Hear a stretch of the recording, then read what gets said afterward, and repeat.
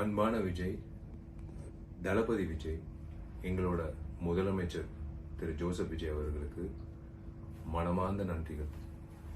இது ஒரு மிகப்பெரிய ஒரு ரிலீஃப், மிகப்பெரிய ஒரு சாதனைன்னு சொல்லுவேன். நீங்கள் இன்னைக்கு எடுத்த முடிவு, உங்கள் அரசாங்கமும் நீங்கள் ஒரு சிஎம்மா 717 மதுபான கடைகளை மூட வைக்கிறது, முக்கியமாக கல்வி ஸ்கூல்ஸ் பக்கத்தில், முக்கியமாக இப்போ கோயில் பக்கத்தில், முக்கியமாக பொதுமக்கள் நடமாறும் பக்கத்தில் 717 கடைகள் நீங்கள் 2 வாரத்தில் மூட சொல்லி உத்தரவு விட்டது ரொம்ப ரொம்ப நன்றிங்க. Hats off to you dear CM.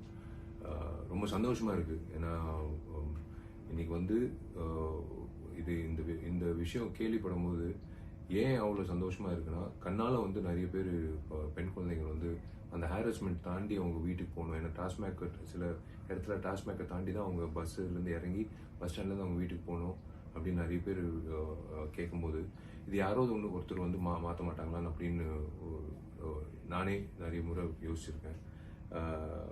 இப்போ அது நடைமுறை செயலுக்கு வரும்போது உண்மையிலேயே ஐ சல்யூட் யூ. எனக்கு விசில் அடிக்க தெரியாது, பட் உங்களுக்கு congratulations. This is the move what we want as common public. இதுதாங்க நாங்கள் எதிர்பார்க்குறது. ஏன்னா இது அஃப்கோர்ஸ் கவர்மெண்ட்டுக்கு ஒரு வருமானமாக வரும் டாஸ்மேக், அது எல்லாருக்கும் தெரியும். 20,000 கோடிக்கு மேலே வரும். பட் இருந்தாலும் நீங்கள் அந்த ஒரு விஷயம் 717 மதுபான கடைகள் நீங்கள் மூடுறது ஒரு மிகப்பெரிய ஒரு ரிலீஃப் கொடுக்கும், சந்தோஷம் கொடுக்கும் எத்தனையோ பேருக்கு, பொதுமக்களுக்கு, பெண்களுக்கு,